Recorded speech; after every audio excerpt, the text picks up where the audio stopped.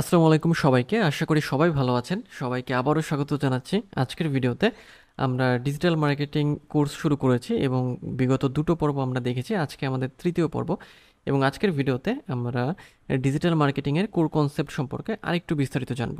ভিডিওর মূল টপিকে যাব। তার আগে যদি আপনি আমার চ্যানেলে নতুন হয়ে থাকেন তাহলে আমার চ্যানেলটি সাবস্ক্রাইব করতে ভুলবেন না। আর যদি অলরেডি সাবস্ক্রাইব করে থাকেন তাহলে অসংখ্য ধন্যবাদ। তো চলুন আমরা ভিডিওর মূল টপিকে চলে যাই। তো যেটি বলছিলাম যে ডিজিটাল মার্কেটিংয়ের আসলে কোর কনসেপ্ট সম্পর্কে আমরা জানছিলাম এবং শিখছিলাম। তো কোর কনসেপ্টের মধ্যে আজকে যে অংশটা আমরা দেখব সেটা হচ্ছে যে ডিজিটাল মার্কেটিং এবং ট্র্যাডিশনাল মার্কেটিংয়ের মধ্যে আসলে পার্থক্যটা কোথায় বা কোন জায়গাতে এই দুটো জিনিস বা দুটো টপিক আসলে বা দুটো যে বিষয় সেটা আলাদা। তো প্রথম বিষয় যেটা যে যদি আমরা রিচের কথা বলি অর্থাৎ মানুষের কাছে পৌঁছানোর বিষয়টা বলি তাহলে ডিজিটাল মার্কেটিং কিন্তু ট্র্যাডিশনাল মার্কেটিং থেকে অনেক এগিয়ে আছে। কারণ ট্র্যাডিশনাল মার্কেটিংয়ে কী করা হতো, অনলাইনকে ব্যবহার করা হতো না। পুরাতন পদ্ধতিতে যে marketing, miking, poster, leaflet, banner বা পত্রিকার বিজ্ঞাপন বা বইয়ের বিজ্ঞাপন, এইভাবে যে মানে বিজ্ঞাপনগুলো দেওয়া হতো তার মাধ্যমে মার্কেটিং করা হতো। কিন্তু বর্তমানে ডিজিটালি যেটা করা হয়, যে ডিজিটালি অনলাইনকে ব্যবহার করে যখন মার্কেটিং করা হচ্ছে, তখন কি হচ্ছে, বেশি পরিমাণ মানুষের কাছে এই মার্কেটিংটা পৌঁছাচ্ছে। সো এটা কিন্তু আমাদের জন্য অনেক বড় একটা সুবিধা। সো যদি আমরা রিচের কথা বলি, মানুষের কাছে পৌঁছানোর বিষয়, সেক্ষেত্রে ডিজিটাল মার্কেটিংয়ের সুবিধাটা প্রচুর পরিমাণ বেশি। এরপরে আসে আমাদের টার্গেটিংয়ের বিষয়টা। ডিজিটাল মার্কেটিংয়ের সাথে ট্রেডিশনাল মার্কেটিংয়ের যে পার্থক্য, ডিজিটাল মার্কেটিংয়ে কী করা হয় যে যাদের আমি টার্গেট করব, টার্গেট বলতে যে কারা আমার প্রোডাক্টের জন্য স্পেসিফিক কাস্টমার, তাদেরকে আমি টার্গেট করতে পারবো। ওকে, সো এই টার্গেটিংয়ের সুযোগটা ট্রেডিশনাল মার্কেটে ছিল না, কিন্তু ডিজিটাল মার্কেটিংয়ে এই সুযোগটা অনেক বেশি পরিমাণে আছে। সো যেটা হয় যে যে অডিয়েন্সগুলো বা যে পিপলগুলো যে বিষয়গুলো জানতে আগ্রহী বা যে রিলেটেড অ্যাডগুলো তারা দেখে থাকে তাদের সামনেই ওই রিলেটেড অ্যাডগুলো দেখানো হয়।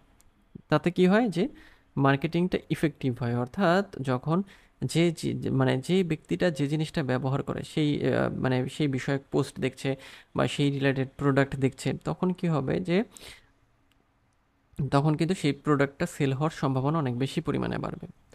ওকে, নেক্সট হচ্ছে কস্টের দিকে যদি আমরা যাই, ডিজিটাল মার্কেটিং ট্র্যাডিশনাল মার্কেটিংয়ের তুলনায় অনেক কস্ট ইফেক্টিভ বা অনেক কস্ট কম, যে অর্থাৎ খরচ কম, অল্প খরচে আপনি এটা করতে পারবেন।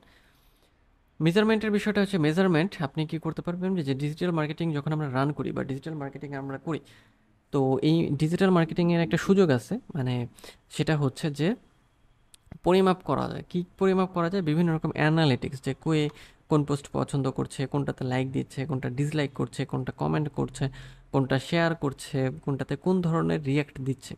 সো এটা কিন্তু মেজারমেন্ট করা সম্ভব। সো মেজারমেন্ট করলে কি হবে, পরবর্তীতে আপনার যেই জায়গাগুলোতে বা যে পোস্টে প্রবলেম হয়েছিল বা যে পোস্টগুলোতে যে কি বলবো, যে আপনার লাইক কমেন্ট শেয়ার কম ছিল, সেই পোস্টগুলো আপনি পরবর্তীতে ঠিকঠাক করতে পারবেন। ওকে, এরপর আসি ইন্টারঅ্যাক্টিভিটির বিষয়টা। ইন্টারঅ্যাক্টিভিটি বলতে বোঝায় যে আপনার কাস্টমারের সাথে আপনি কীভাবে ইন্টারঅ্যাক্টিভ বা তার সাথে আপনি কীভাবে কথাবার্তা বলছেন। ট্র্যাডিশনাল মার্কেটিংয়ে যেটা ছিল যে ইন্টারঅ্যাক্টিভিটির সুযোগ বা অপরজন যে আপনাকে কোনো কিছু জিজ্ঞাসা করবে তার সুযোগ ছিল না। কিন্তু বর্তমানে ডিজিটাল মানে যে মার্কেটিং, সেই মার্কেটিংয়ে কী হয়েছে, একটা টু ওয়ে কমিউনিকেশন হয়। অর্থাৎ আপনি যখন ফেসবুক পেজ দিয়ে অ্যাড রান করেন বা ফেসবুক পেজ ম্যানেজমেন্টের কাজ করেন, ওই যে ফেসবুক পেজ অর্থাৎ আপনার ক্লায়েন্টের যে ফেসবুক পেজ, সেখানে কিন্তু কি আছে, মানে যে কেউ কিন্তু মেসেজ করতে পারে, তাই না? পেজে মেসেজ করলে আপনাকে হায়ার করা হয় কি জন্য, যে মানে ক্লায়েন্ট যখন আপনাকে হায়ার করবে করবে সোশ্যাল মিডিয়া ম্যানেজার হিসেবে, তখন আপনার কাজ হবে ওই যে মানে কমেন্ট করলো তার রিপ্লাইটা দিয়ে দেওয়া। সো এই যে ইন্টারঅ্যাক্টিভিটির বিষয়টা, এটি কিন্তু অনেক বড় একটা ভূমিকা রাখে মার্কেটিংয়ের ক্ষেত্রে এবং মার্কেটিং সফল করতে। এছাড়াও আমরা যদি স্পিডের কথা বলি, তাহলে ডিজিটাল মার্কেটিং প্রচুর পরিমাণ স্পিড, বা এটা আসলে বলার অপেক্ষা রাখে না যে ডিজিটাল মার্কেটিংয়ের স্পিডটা অন্যান্য মার্কেটিংয়ের তুলনায় প্রচুর বেশি। ওকে, ট্র্যাডিশনাল মার্কেট থেকে তো অবশ্যই বেশি। আর ফরম্যাটসের ক্ষেত্রে যেহেতু ডিজিটাল মার্কেটিংয়ে কী করা হয়, ডিজিটাল চ্যানেল ব্যবহার করা হয়, যেমন ওয়েবসাইটের কথা বলেছিলাম।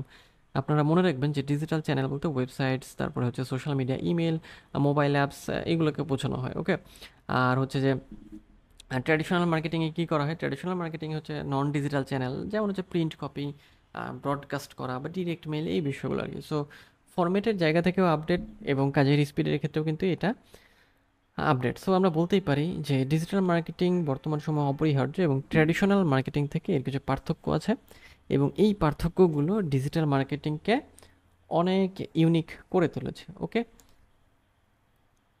সো এখন আমরা আরেকটি বিষয় জানবো যে আপনার যে অডিয়েন্স আছে সেই অডিয়েন্সকে আপনি কিভাবে স্ট্রাকচার অ্যান্ড সেগমেন্ট, অর্থাৎ তাদেরকে কিভাবে খুঁজে বের করবেন, তাদেরকে বিভিন্ন গ্রুপে ভাগ করবেন এবং তাদেরকে আপনি তাদের ইনফরমেশন নিয়ে কিভাবে আপনি ডিজিটাল মার্কেটিংটা রান করবেন সেই বিষয়টা সম্পর্কে এখন আমরা জানবো। সো এখানে কিছু বিষয় আছে যেটা আমরা জানবো। প্রথমে আপনাকে যেটা করতে হবে সেটা হচ্ছে ডিফাইন ইউর টার্গেট অডিয়েন্স। আপনার যে টার্গেট অডিয়েন্স কারা তাদেরকে ডিফাইন করতে হবে, অর্থাৎ খুঁজে বের করতে হবে। সেটা কিসের মাধ্যমে হতে পারে? ডেমোগ্রাফিক জায়গার ভিত্তিতে হতে পারে, জনসংখ্যার ভিত্তিতে অ্যাকচুয়ালি, আবার জিওগ্রাফিক জায়গার ভিত্তিতে বা ভৌগোলিক এরিয়ার উপরে, অথবা সাইকোগ্রাফিক তাদের মেন্টাল যে কন্ডিশন বা মেন্টাল ওয়েলবিং তার উপর ভিত্তি করেও হতে পারে। অর্থাৎ বিষয়টা হচ্ছে এরকম যে একই জিনিসের মনে করেন যে যেটা বলবো যে মেন্স শু বা ছেলেদের জুতো, এটা কিন্তু জাস্ট ছেলেরা বা ইয়াং ছেলেদের যে জুতো সেটা কিন্তু ইয়াং ছেলেরাই পছন্দ করবে, যারা একটু বয়স্ক বা যারা ছোট তারা পছন্দ করবে না। সো আপনার ওই যে জুতো বা আপনার যদি প্রোডাক্ট জুতো হয় সেই জুতোর আসলে টার্গেটেড অডিয়েন্স কারা সেটা কিন্তু খুঁজে বের করতে হবে। ওকে, সো খুঁজে বের করে সেভাবে আমাদের কাজ করতে হবে। এটা পেইডের ক্ষেত্রে এবং ফ্রি মার্কেটিং দুটোর ক্ষেত্রেই করতে হবে।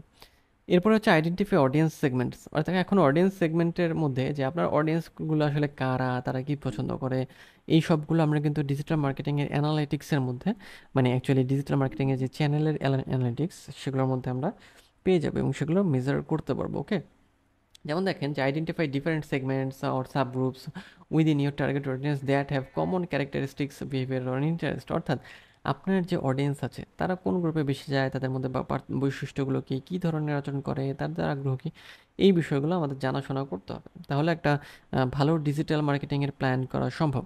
এখন বিষয়টা হচ্ছে এরকম যে একটা জিনিসের একটা প্রোডাক্টের অ্যাকচুয়ালি যে সবাই কিন্তু ক্রেতা না, কিছু কিছু প্রোডাক্ট থাকে যেটার নির্দিষ্ট কিছু ক্রেতাই থাকে।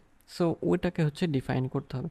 কালেক্ট ডাটা, এটা আসলে খুবই সোজা। সেটা হচ্ছে যে collect data on year audience segments, আপনার যে অডিয়েন্স আছে সেই অডিয়েন্স সেগমেন্টের ডাটাগুলো আপনাকে নিতে হবে। যেমন ওয়েবসাইট বিহেভিয়ার, ওয়েবসাইটে কীভাবে আসে, কী ব্রাউজ করে, সোশ্যাল মিডিয়া এঙ্গেজমেন্ট ফেসবুকে কোন কমেন্টে লাইক করে, কমেন্ট করে, শেয়ার করে, এই বিষয়গুলো, পারচেজ হিস্ট্রি ওয়েবসাইটে গিয়ে কী কেনে বা এই অ্যাড টু কার্ট করে, সব ট্র্যাক করার ব্যবস্থা আছে। আমরা কিন্তু আমাদের পরবর্তী যে ভিডিওগুলোতে অ্যাকচুয়ালি এসইওর মধ্যে যেটা আসবে ওয়েবসাইটের মধ্যে, আপনারা তখন এগুলো শিখতে পারবেন। ওকে, সো এই বিষয়গুলো আমরা জানবো। এটা আমাদের মাথায় রাখতে হবে। অ্যানালাইজ ডাটা, সেটা হচ্ছে ডাটাগুলো অ্যানালাইজ এর কথা বলা হচ্ছে। Create personas. Okay, so based on the information you have collected and analysed, অর্থাৎ যে ইনফরমেশনগুলো আমরা পাবো এবং সেগুলোকে অ্যানালাইজ করবো। Create detailed persona for each of your audience segments including their goals, motivations and pain points. Okay, so create personas বলতে বোঝায় যে যেটাকে আমরা বায়ার পার্সোনা অনেক ক্ষেত্রে বলে থাকি, যে বায়ার কি পছন্দ করে, তাদের কি উদ্দেশ্য, কি তাদের লক্ষ্য, কি তারা চায় না চায়, এই বিষয়গুলো খুঁজে বের করা এবং সেই অনুযায়ী আমাদের কাজ করতে হবে। ওকে, নেক্সট প্ল্যান ইয়ার ক্যাম্পেন্স, যেটা খুবই সোজা, যে এরপরে প্ল্যানটা কীভাবে হবে, ক্যাম্পেন্সটা কীভাবে হবে সেই রিলেটেড প্ল্যানের কথা বলা হচ্ছে।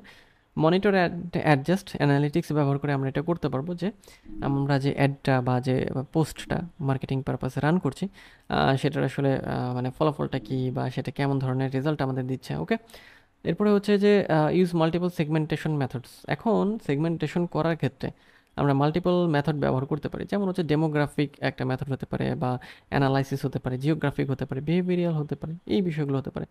কিপ ইট সিম্পল খুবই সোজা, খুব সহজভাবে আমাদের এটা রাখতে হবে, যেটা সিম্পল। আমরা জানি আমাদের প্রত্যেকটা ভিডিওতেই আমরা খুব সিম্পলভাবে কাজগুলো শিখব। টেস্ট অ্যান্ড রিফাইন, অর্থাৎ অ্যানালিটিক্স থেকে কিছু জানার পর সেটা টেস্ট করতে হবে, দেন রিফাইন বা ঠিকঠাক করতে হবে।